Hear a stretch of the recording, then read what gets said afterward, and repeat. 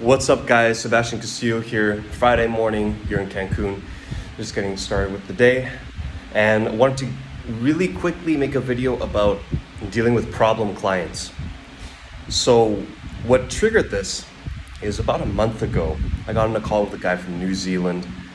You know, he had a bunch of issues. And as some of you may know, right now I'm selling a weight loss coaching offer as a closer. Okay, so it's not my business. I'm working with another business to sell this offer. Now, when I got on the call with the guy, you know, of course, I have to do all my objection handling and everything. And see, when you run your own business, you can decide who you want to work with. Even if someone has money, you don't necessarily need to work with them if you get the slightest indication that they're going to be a headache. In this capacity as a closer, I don't really have that autonomy. The idea is to just close them, get them in the program, and then if management, if the people who run the offer don't want to deal with them, then that's on them. My job is just to get them in. After that, not my issue. So with this guy, he's like in his 50s or something, and he really did need help. You know, he needed to lose like 50 pounds. He had major insomnia. He had all these aches and pains and hopped up on medications. And he doesn't have any family. So I felt for the guy and I said, okay, I'm gonna pitch him the lowest possible package we have so that he can get in and get some help. At the time, you know, without revealing too much, it was around $1,600. Okay, and so to split that up even further, I said we could start with just $533 US. And over in New Zealand, of course, the currency is pretty weak compared to the US dollar. So that turns out to be something like $900. Now, we had a lot of back and forth.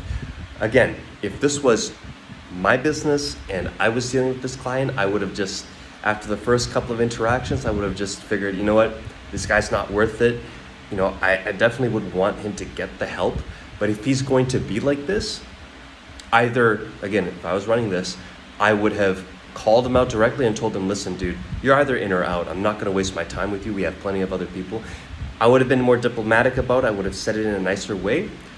Or I would have simply turned him away. I would have said, I'm sorry, this is not going to work out. Just straight up like that. But again, not my call. My job was to get him in. And so I did that, and we corresponded over a month, right? For over a month's time, back and forth, him asking all these questions, expressing a lot of concern about how much money it is, which, again, $1,600 US is not that much when you consider the state that this guy is in and how much of an impact the program can have on him, because the program works. That's not an issue. I have complete faith and belief. No. I know this program works because we've done so much good for so many people. So I have no doubt about that. But of course, this guy's so skeptical, like, oh, I've never done anything like this before, and it's a lot of money from you. You know, a grown man, you know, talking about this shit. And then at the end, finally, he said, okay, I want to get into the program. I was like, great. And then that very night, we had actually started making some changes to the pricing structure, and we had bumped up our very minimum to $1,800. So I sent him an invoice where he could pay 3 installments of $600. And then he says, oh, I'm a little confused about this. I don't really like how you guys just increased the price. I'm like, fuck, okay. Listen, you know, we made some recent changes to the company. And then I got in touch with the management, and they said, okay, well, just this one time, since that's what you originally promised, we can lower the price and keep it at $1,600. So I said, fine, we'll do that. And now keep in mind, this is over a month, again, of corresponding back and forth. So originally, I pitched the guy that he can start with $533 US. Then, you know, a month later, after that message got buried underneath all our other messages, I sent him an invoice for $550, and he paid it. And the reason I send it for $550 is because that's what I usually do when we put a client on a payment plan, because it's only going to make sense that they pay a little extra for us to break it up rather than paying all in full. And that's quite generous. Usually if you get on a payment plan, you're going to be paying at least a couple of $100 extra. And that goes for anything, right? You want to finance a vehicle over the long run, you're paying more than if you had just paid in full right from the get-go. Goes for a lot of things. So he paid it, okay? And then today I wake up and I see an email and he's like, oh, Sebastian, you originally offered to make it $533. Could you refund me that $17? And I'm just like, I want to shoot myself. Like, I feel like, again, I'm telling you guys, these kinds of clients are not people that you want to fucking work with. People who want to nickel and dime you for every last cent. People who are broke. People who do not value your fucking time and your expertise.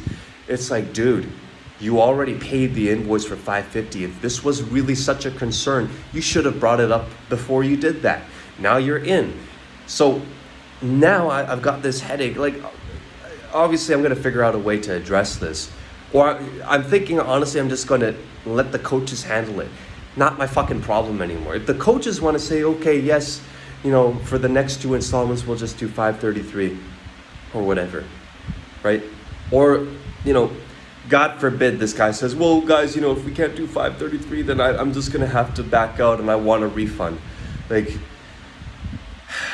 guys, I'm not saying that's happened, like it could happen, but I'm just telling you, when you go into business for yourself or you go into sales, be prepared for this kind of shit and have a contingency plan. Just make sure that if a client is going to be difficult like this, that you do everything you can to make sure that it doesn't reflect on you and that you put the ball in their court.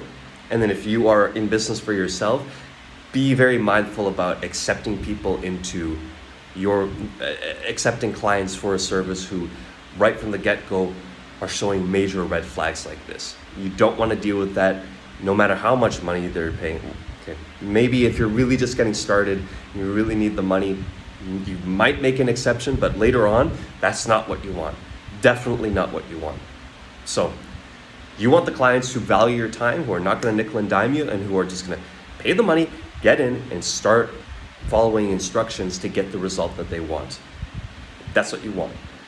Now, it's easy to say from the perspective of a business owner or a salesperson because you're not the one who's paying the money. But actually, if you want success in this kind of field, it actually makes sense to pay for coaching programs yourself and get some of that help, which I am doing. I'm paying for a coaching program in this month of August that is around that same price range, and I'm going to pay in full because I recognize that it's not about, like, as a prospect, you think you have all the power, like you're just window shopping. Oh yes, I've got the money, and you have to bend over and and do whatever I tell you, and then maybe I'll pay you. No, you have to recognize that a coach, like who actually can deliver and who knows what they're doing, they expect to be treated with respect and authority, and for you to recognize their authority. They recognize that their offer to the market is not a commodity. If they're a really good coach, or if you want to do a coaching offer or offer a kind of service, you have to make the prospect realize that, oh shit, I'm not supposed to be back talking, I'm not supposed to be disrespecting this person and trying to nickel and dime them, because they don't have to offer this to me. They can just tell me to fuck off. And then what am I gonna do?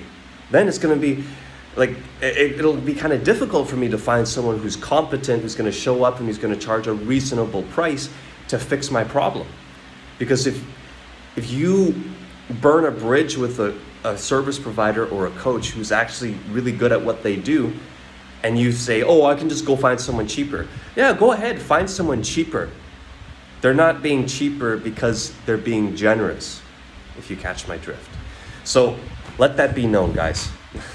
It's kind of a little rant, but inevitably, I think every business owner or salesperson deals with this in some capacity. So be mindful of that. Don't put up with BS from clients. Take care.